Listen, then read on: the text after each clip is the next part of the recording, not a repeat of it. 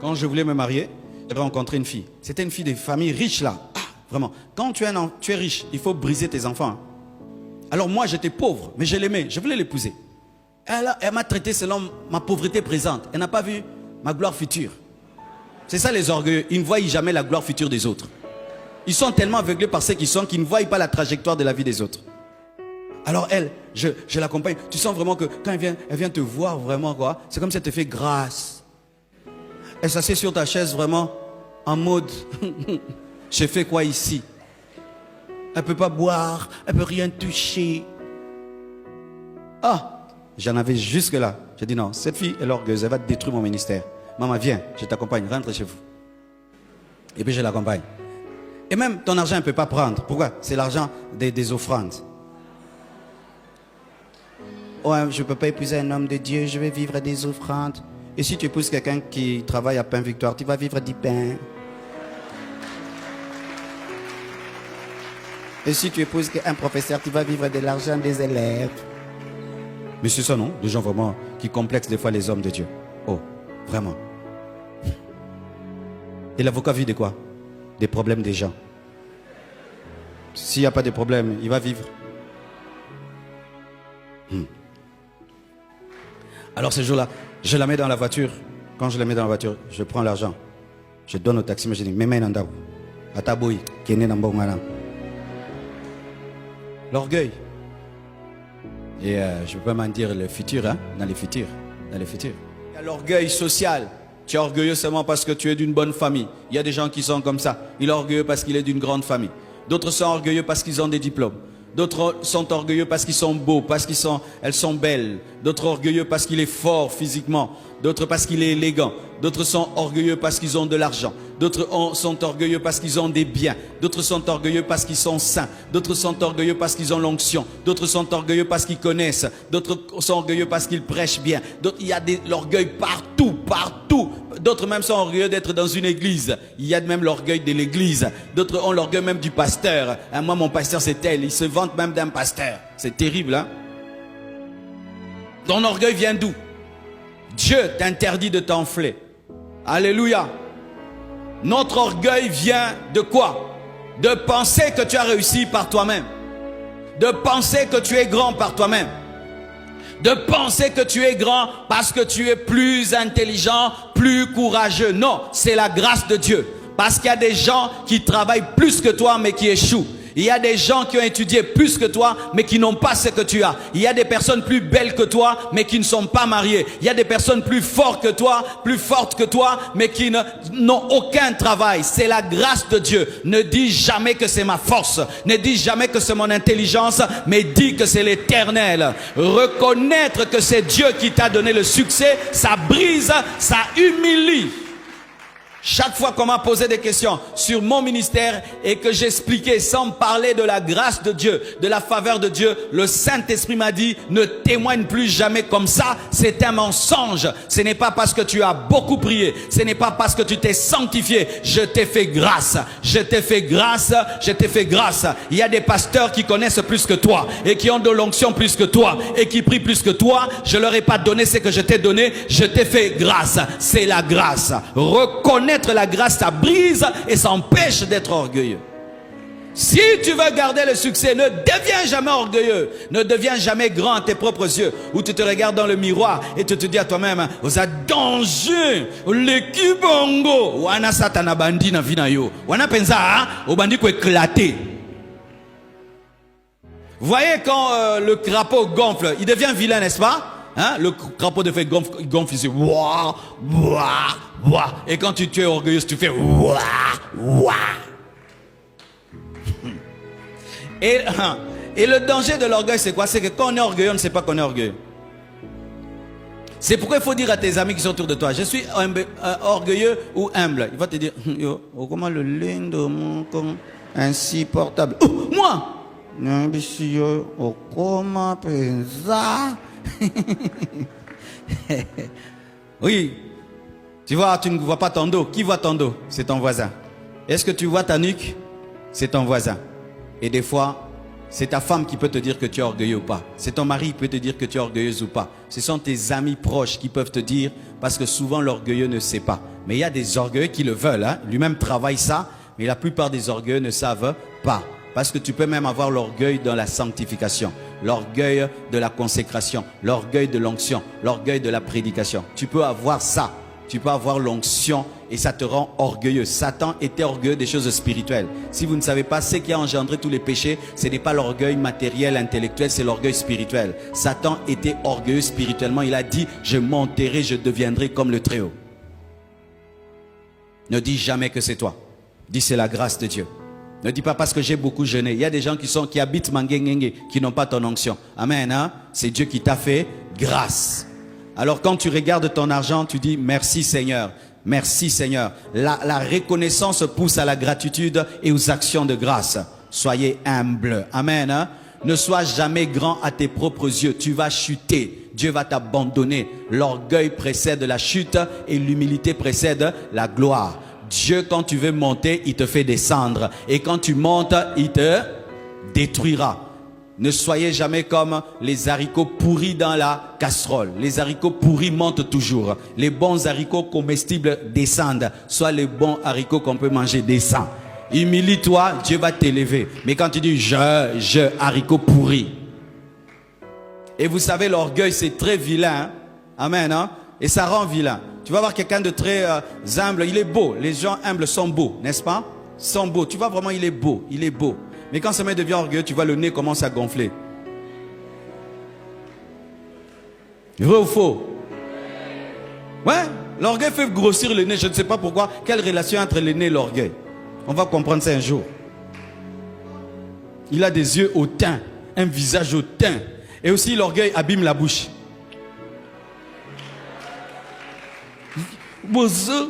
Tu vois, tu sens vraiment que c'est un démon et que c'est une œuvre de la chair. Et quand tu es orgueilleux, tu ressembles à Lucifer. Mais quand quelqu'un est humble, tu vois.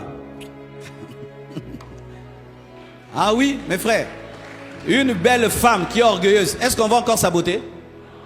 Une belle femme orgueilleuse, elle devient vraiment comme une sorcière. Oui, un homme orgueilleux, vraiment il devient sale, très sale, très sale.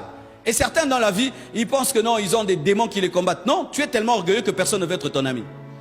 Oui, tu es tellement orgueilleux que personne ne veut t'épouser. Personne ne veut t'épouser, tu es trop orgueilleuse, trop orgueilleuse, trop orgueilleuse. On ne veut pas t'épouser. On ne peut même pas te saluer. Parce que tu es belle. Oh, vraiment, oh. C'est quoi ça? Parce que tu es belle, on ne peut pas te saluer. Quoi? C'est quoi là? Ça devient des menaces maintenant. Tu m'as salué moi? Oui, toi. Oh, tu m'as vu, je t'ai vu. Bonjour. Boniboué. C'est quoi là? Ah oui, hein? Quand j'étais païen, moi j'aimais briser les orgueils à l'école. Il y avait des filles à l'école là vraiment, oh, et c'est sang. Oh, je dis, mais tu es reine ou quoi? Elle ne peut pas écrire à l'école, il faut qu'on écrive pour elle. J'ai dit, tcha, tu vas écrire. Donc moi je paye le Minerval ici pour t'écrire. Maman, tu vas écrire. Oh, Tuna c'est quoi? Écris, c'est quoi? Pourquoi tu te trouves extraordinaire? Que toi tu es comme, tu planes dans les airs et toi tu dors au ciel. Si tu veux être humble dans la vie, hein, le matin quand tu te réveilles, fais ça. Nous tous ici, nous tous ici, sois humble. Quand tu fais ça, tu es poussière. Tu es un homme, hein, cher. Sois humble, sois humble.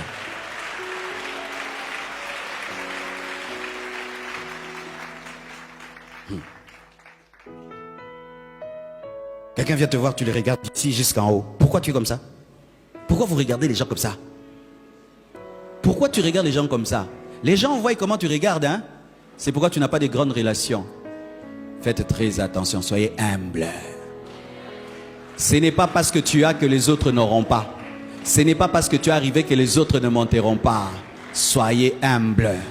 L'homme qui hier avait battu le record, aujourd'hui son record c'est rien du tout. Il y a eu des nouveaux champions et des nouveaux champions. Hier, les gens qui étaient riches, aujourd'hui, hein, il y a Elon Musk. Amen. Hein? On disait Bill Gates, maintenant c'est Elon Musk. Et puis ce sera.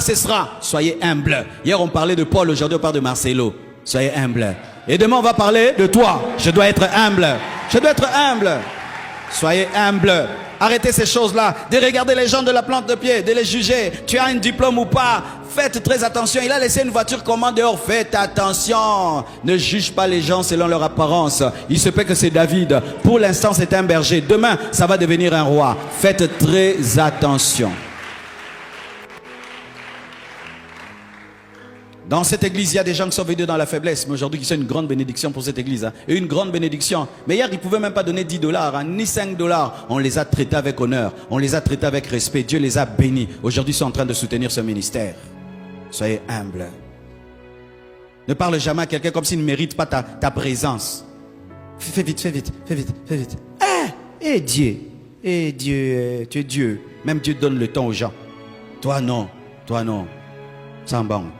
Et ces choses-là, tu es en train de parler à quelqu'un, toi tu regardes ailleurs. Tu regardes ailleurs.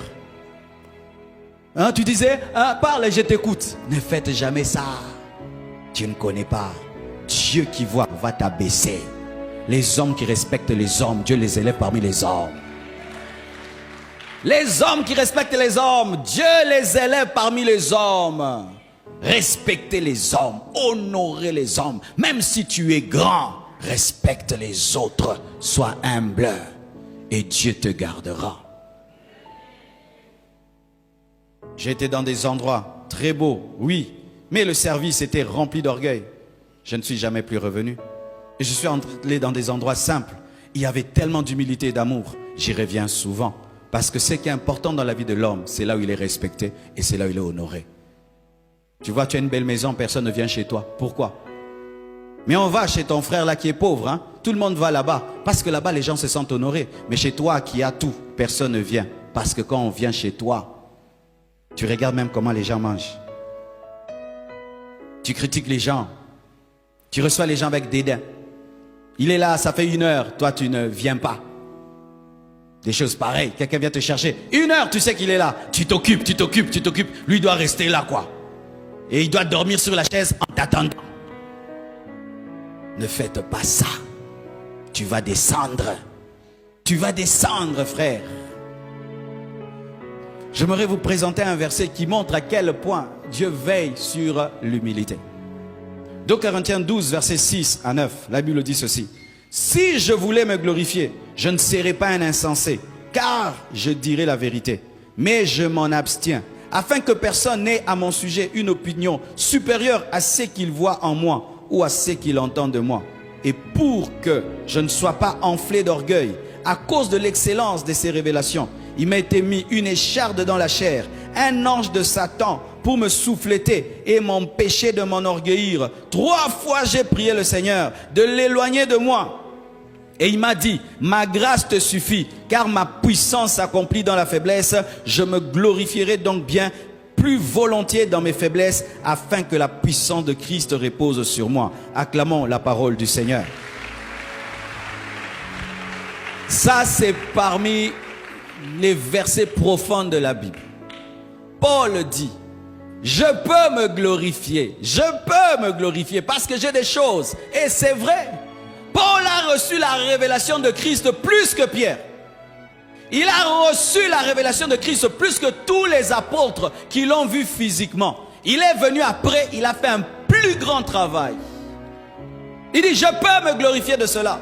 Je peux même me glorifier de mes origines. Il était juif. Il avait comme professeur Gamaliel.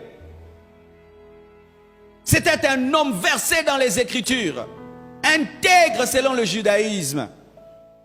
Mais il dit que Dieu, pour m'empêcher de m'enorgueillir, à cause de l'excellence des révélations que j'ai reçues, Dieu ne voulant pas que Paul soit orgueilleux, qu'est-ce qu'il a fait? Il a mis dans sa chair un démon. C'est écrit, hein? Moi j'aime lire la Bible telle qu'elle est d'abord, avant de commencer à extrapoler. Un esprit méchant, un ange de Satan, a été mis pas dans l'esprit de Paul, ni dans l'âme, dans le corps, pour le souffleter. Souffleter, le terme c'est quoi? Le faire souffrir, c'est-à-dire lui donner des petits coups qui le font souffrir, afin qu'il puisse être humble. Et les interprétations sont diverses à ce sujet. Certains disent que c'était une maladie. que Paul avait une bosse. D'autres disent qu'il avait un problème des yeux. Mais il n'y a pas trop de précision. Mais la précision que nous avons, c'est que Dieu permettait au diable de déranger le corps de Paul. C'est ça. Même si ça te dérange, c'est écrit. Lui-même en parle. C'est-à-dire quand il faisait des miracles, il prêchait et qu'il avait des douleurs dans le corps, ça l'humiliait. C'était ça. Vous imaginez, Dieu accepte, permet à un démon de toucher son serviteur parce qu'il ne veut pas qu'il soit orgueilleux. Parce qu'il se souvient de ce que Moïse a fait. Moïse a frappé le rocher au lieu de parler. Et Dieu a dit tu n'entres pas. C'était l'orgueil aussi. Il se souvient de la rébellion de Lucifer. Et il a permis au diable de déranger le corps de Paul pour qu'il ne devienne pas orgueilleux. C'est dire quoi? Si cet esprit ne dérangeait pas Paul, il allait être orgueilleux. Oui, c'était comme un frein. Un frein. Un frein. Ce n'est pas que Dieu va t'envoyer cela. Mais qu'est-ce qui arrive des fois? C'est que lorsque Dieu voit qu'il t'a beaucoup donné et cela peut t'amener de l'orgueil, il va t'humilier dans un domaine de ta vie. C'est quand tu vois un grand prédicateur, mais lui-même n'a pas d'enfant. Tu vois un grand prédicateur, il fait marcher les paralytiques, lui-même porte les lunettes. Un grand Moïse, lui-même bégaye. Comme ça te garde dans l'humilité. Lorsque Dieu voit que tu risques de t'enorgueillir, il peut créer dans ta vie un problème qui t'humilie. Où tu dis, je suis un homme. Parce que si tu étais Dieu, toi-même, tu allais résoudre ton propre problème. Alléluia. Frère, Dieu n'aime pas l'orgueil, mes frères. Dieu n'aime pas l'orgueil. Et toi, peut-être, tu n'as pas encore discerné la chose que Dieu a établie dans ta vie pour te garder humble. Il se peut qu'il y a quelque chose dans ta vie où Dieu sent que tu es très orgueilleux, il met un problème dans ta vie. Que ce soit là où tu pleures toi aussi, là où tu cries toi aussi. Et il a prié 3 fois et Dieu a dit, je n'enlève pas, ma grâce te suffit. C'est dire que Paul est mort avec ce problème-là. Dieu ne l'a jamais résolu. Parce que c'était important. Lorsque tu as une Ferrari qui va vite, il faut avoir des bons freins. C'était le frein. Certains, ils disent, moi aussi Dieu m'a mis un ange. C'est souvent quand la dimension spirituelle est tellement élevée que tu peux devenir un Dieu. Vous voyez, il y a des hommes qui sont devenus dieux, qui ont créé même des religions. Paul pouvait créer une religion, mes frères. Mais Dieu voyant le bagage qu'il lui a donné et le danger qu'il courait, Dieu l'a brisé en créant ce problème-là. Pour te dire, frère, quand tu joues à l'orgueilleux, à parler comme un orgueilleux, à marcher comme un orgueilleux, à réagir comme un orgueilleux, à t'enfler de ce que Dieu t'a donné par grâce, ce que Dieu a fait dans ta vie par grâce, tu es en train de chercher dans ta vie un problème qui va t'humilier. Alléluia. Catherine Kuhlman guérissait les cancers. Elle est morte du cancer, elle-même. Alors vous voyez toutes les personnes qui la prenaient pour Dieu. Quand elle est morte du cancer, elle se sont dit, elle n'était pas Dieu. Parce que si elle était Dieu, elle allait se guérir. C'est pourquoi, homme de Dieu, lorsque les gens commencent à te trouver extraordinaire, refuse. Ils te cherchent des problèmes, des soufflets, des soufflettements. Refuse. Même si tu prêches grave, on vient te dire, amen, hein? Tu n'es pas extraordinaire, c'est Jésus qui est extraordinaire. Tu n'es pas terrible, tu n'es même pas un peu grave, c'est Jésus qui est grave.